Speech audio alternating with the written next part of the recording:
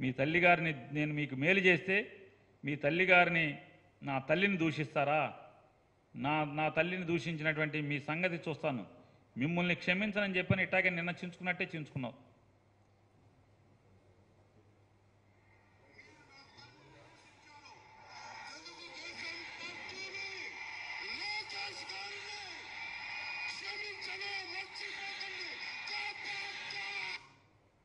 ఎవరిది?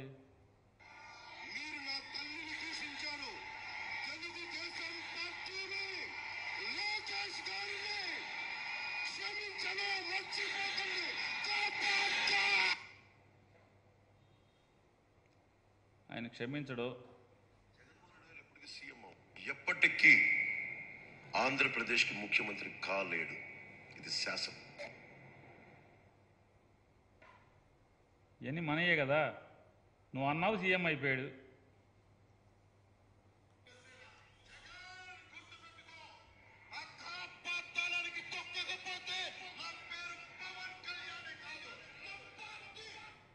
ఇది ఇప్పుడు చెప్తాడు ఈయన.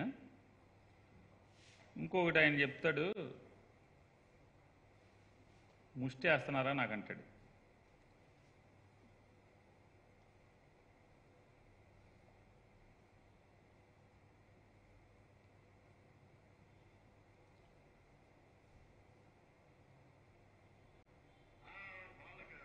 సీట్లు 15 సీట్లు పడేస్తే వాళ్ళు తిరుగుతారండి. పవన్ కళ్యాణ్ జనసేన సైనికులు మనల్ని కించపరిచింది. అది ఏమీ ఆశించుకునే సహాయం చేస్తే వాళ్ళకి వాళ్ళ కుక్క బిస్కెట్లు పడేసి 15 సీట్లు పడేసి ఇది వాళ్ళ మాటలు బాధ కలగదా? మనకి కోపం రాదా? మనకి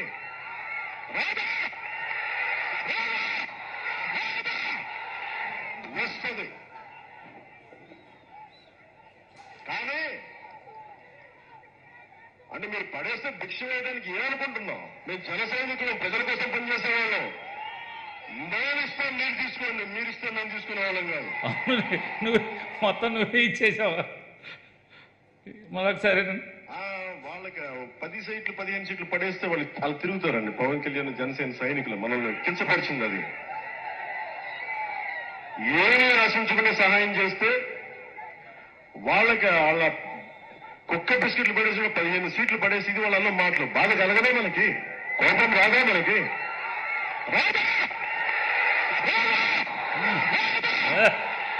వస్తుంది. వచ్చింది. వచ్చి 150 సీట్లు ఇచ్చేసాడు అతనికి.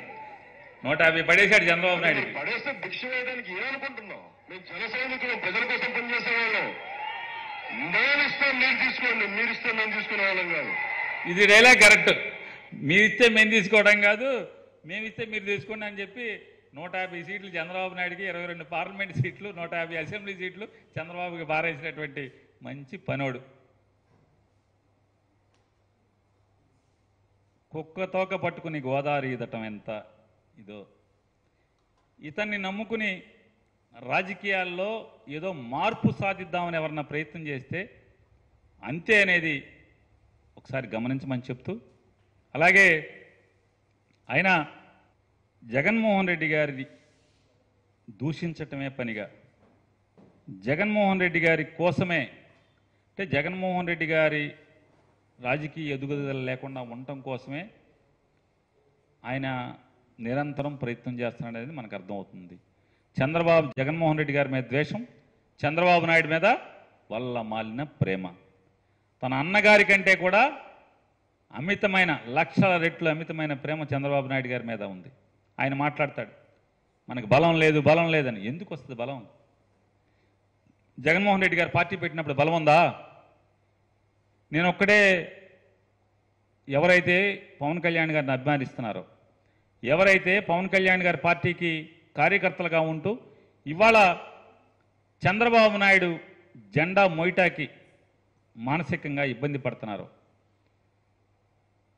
ఇదేంట్రా బాబు, మనం ఇతని కోసం పనిచేద్దాం అనుకుంటే ఇతను ఇలా చేస్తున్నాడని ఎవరైతే మనసులో కుతకుతలాడిపోతున్నారో వాళ్ళందరినీ నేను రిక్వెస్ట్ చేస్తున్నాను, మీరు ఆలోచించండి ఒకసారి. జగన్మోహన్ రెడ్డి గారు కాంగ్రెస్ పార్టీ నుంచి బయటకు వచ్చినప్పుడు అతని బలం ఏంటి? సున్నా కదా. అతని దగ్గర ఎవరున్నారు? అతనితో ఎంతమంది ఎమ్మెల్యేలు ఉన్నారు? ఎంతమంది ఎమ్మెల్యేలను గెలిపించుకున్నాడు? ఎవరు లేరు కదా. తను వాళ్ళ అమ్మగారితో ప్రయాణం మొదలుపెట్టారు కదా. విజయమ్మ గారు ఎమ్మెల్యేగా, జగన్మోహన్ రెడ్డి గారు ఎమ్మెల్యేగా, ఎంపీగా, జగన్మోహన్ రెడ్డి గారు ఎంపీగా, విజయమ్మ గారు ఎమ్మెల్యేగా వాళ్ళిద్దరు ప్రయాణం మొదలుపెట్టారు కదా.